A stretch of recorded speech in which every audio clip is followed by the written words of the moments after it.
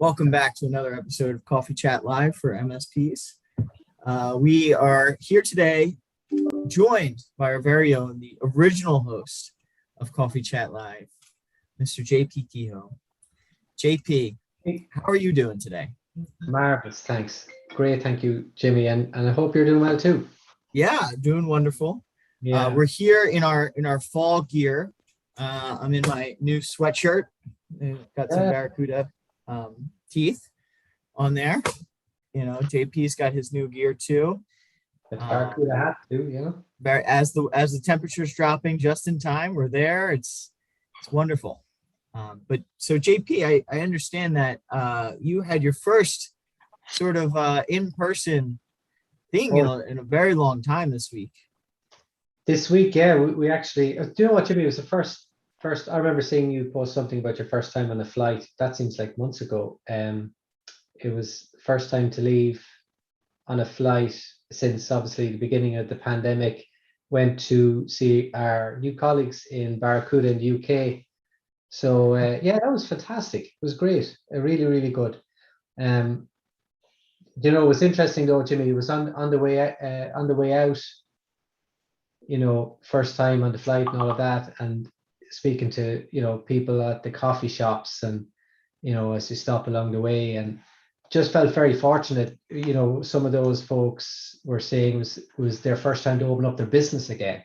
Or they weren't long opened up, having spent obviously a year or more, without work. So definitely felt fortunate that we were in this space, we're in industry, we're in IT, and we were able to remain working, and yeah, so that was interesting to sort of see all those businesses wake up again, and small coffee shops and newsstands and all of that. Yeah, and how was it like being face to face with? I guess you've been face to face with like Claire and Cormac and some of the people local to you, but It- how It's was it's a bit different. Like, I don't know if there's anyone from the UK on or listening in. Definitely a lot further down the road in the UK in terms of uh, wearing masks. There wasn't so much. There it's much more open than it is here in Ireland. But it was great because you had a mix in. Again, as I said, we went to see our new colleagues in Barracuda, which is in their offices in the UK. And they had also people from the Netherlands and Germany, and obviously the Irish folks. And so there was a real mix of wow? cultures and people, and meeting face to face. Nothing beats it, Jimmy. And I Nothing beats imagine for many of them too is their first trip as well. The it. people in the Yeah, UK, for I guess, have sure. been. Yeah, but like any company, I mean, even within that team, like they didn't, new starters a year ago didn't meet colleagues. So um, that was definitely a treat. So it was great. It was great. Really excited. Very cool office, by the way. Oh, that's great. Can't wait to Yeah, get over there. yeah, absolutely, absolutely. Got, JP was trying to get me to come over. I oh, couldn't. It was your name come up. I think, yeah, we have to find a way. we had to find a way. We do. We do. Graffiti Nick David, they had the pool table and the bean bags and Oh wow. all of that. So yeah, great place to be. Great place to be. Mm. So JP, while I have you on, you have some upcoming event with Comptia, little webinar we're hosting. Yeah. Can you talk a little bit about your involvement with Comptia and what we're going to be talking about there? Well, I mean, for those who don't know, Comptia is very much a community-driven, MSP community-driven organization, and you know, I think when you look at the problem, we talk about cybersecurity, the lack of talent, the need for partnership. Um, it's just any way that MSPs or companies like ourselves in Barracuda, particularly our mindset in Scout was you need to collaborate, need get help as anywhere we can help small businesses, like we talked about, small businesses wakening up now from the pandemic. Um, Probably some of them more than ever working remotely, working from home, and been able to help and support them. Comptia is a really, really good organization for bringing all that together and collaborating, and obviously, working with Estelle. So we're going to do, I think it's next week, a webinar, have maybe get a few MSPs on. Everyone here is welcome to jump on and just learn a little bit more from Estelle, what project she's working on. They've done, I think 2 weeks ago, they had their first physical event in London. So that was great, got great feedback there. And they keep driving forward. So it's brilliant. Yeah. JP, how are people feeling about in-person gatherings? You talked about that. I've seen the first couple happening in London for MSP related events. Like, what's the sentiment like for the rest of the year? I know there's not much time left, and into 2022. Wow, it feels weird saying 2022. Yeah, it's I think it differs, Jimmy. I think it's there's still a little bit of unknown, and I think the mindset people are using, certainly here, is a little bit of testing to see how it goes. And as you say, time's running out, so you're coming up to the fall, Thanksgiving coming around the corner in the US, which is that time of year where we know it's getting to the end of the year. And I think next year is going to be exciting as well, because we get through the end of the year into next year and there'll be more certainty, perhaps. But there's no doubt, Jimmy, it's great to be in person. I'm looking forward to that myself. So it'll be fantastic. And any way we can maybe set it up so you take a trip out. Imagine doing a coffee chat together over here. Good, yeah. Yeah, we'll figure that one out for sure. I think David's trying to figure out a way he can go too. River Run Ireland is. Let's do it.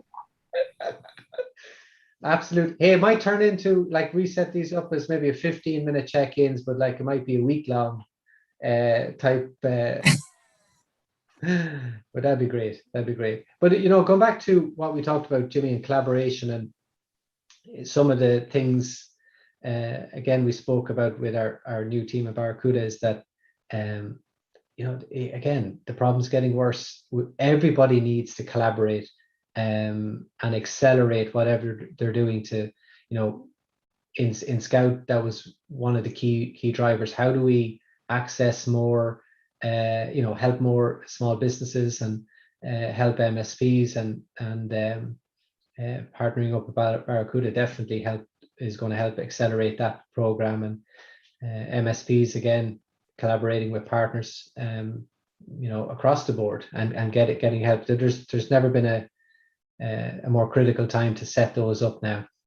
Yeah, I think like one difference going into coming into the end of this year, I sort of thought or had this expectation that we would figure out how to get past the virus, and we get back to some sense of normalcy.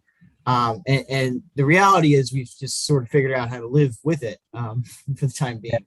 Yeah. And there's some parallels there with the cyber problems and work from home and stuff like that. Like, we're not necessarily back in the office all over the place, but we've sort of figured out now how we can manage things remotely and work from home and stuff like that. So moving into this, like, I don't know, like this new reality that I feel like that's so cliche that we've been saying it way too much, but like, do you think that the cyber problems that MSPs and SMBs are facing right now are the same that they were a couple months ago, or think there's new things happening? Like, what's your sense of that? I think it's getting more acute now. The problem's always been there. It's accelerating. I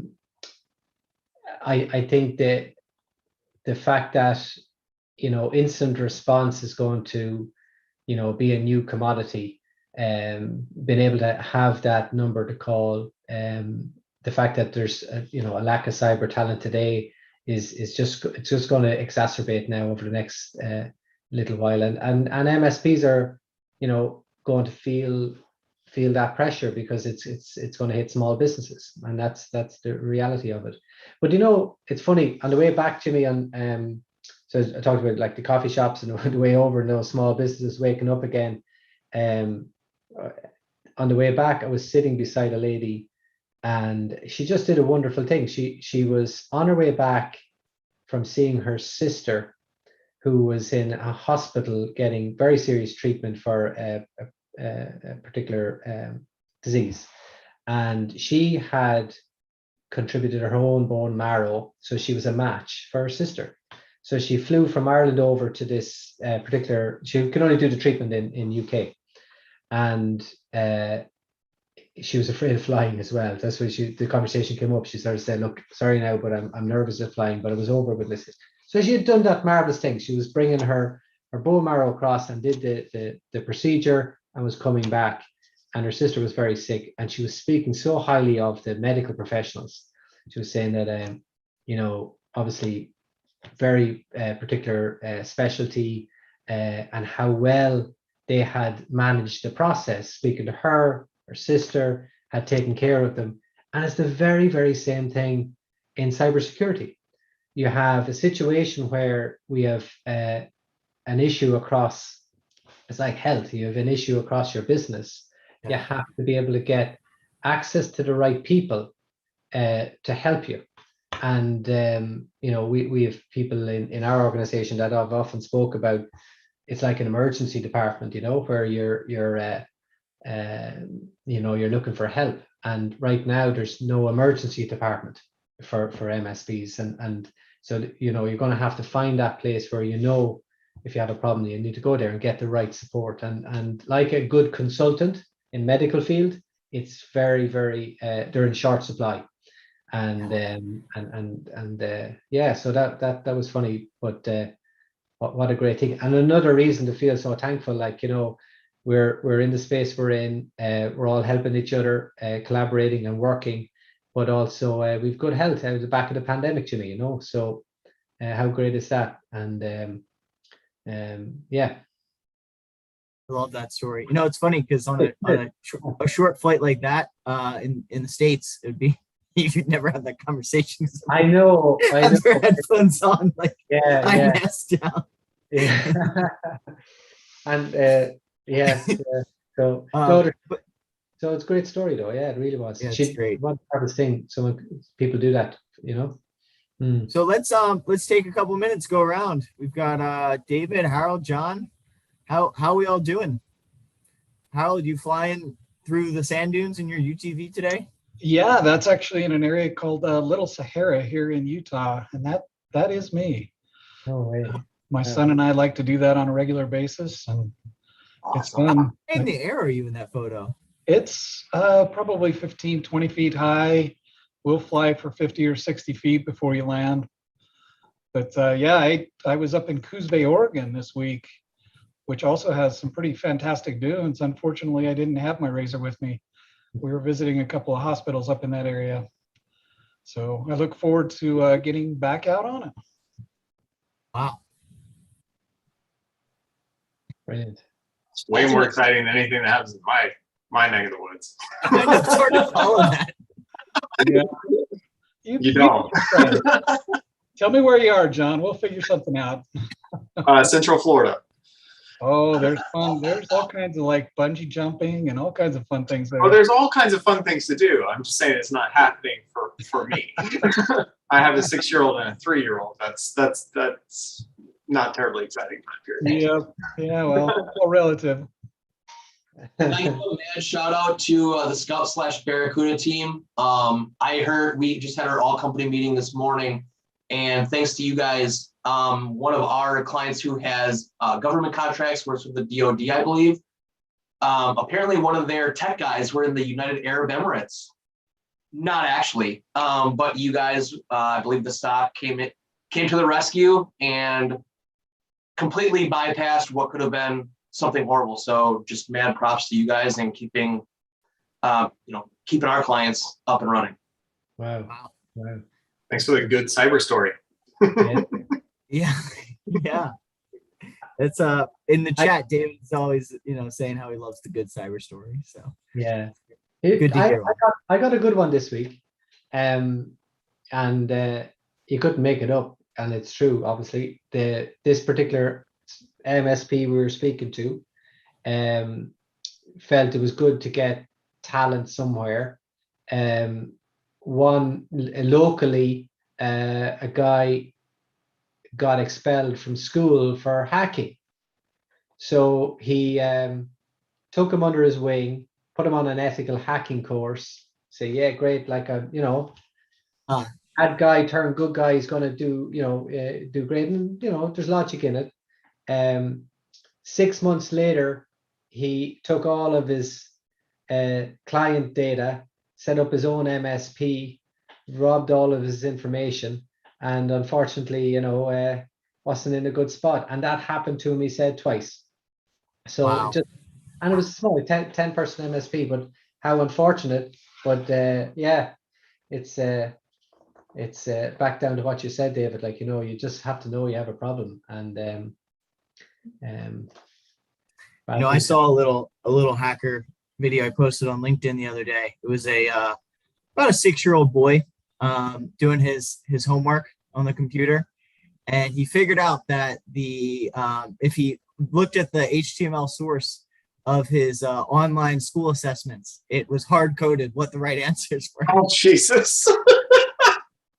And he's like 6 years old. He's like, "Look, Mom, this one's right. This one." And you got to give that kid credit. He's Serious. You got to give we're that all one going to be working credit. for him someday. Straight for A sure. right there.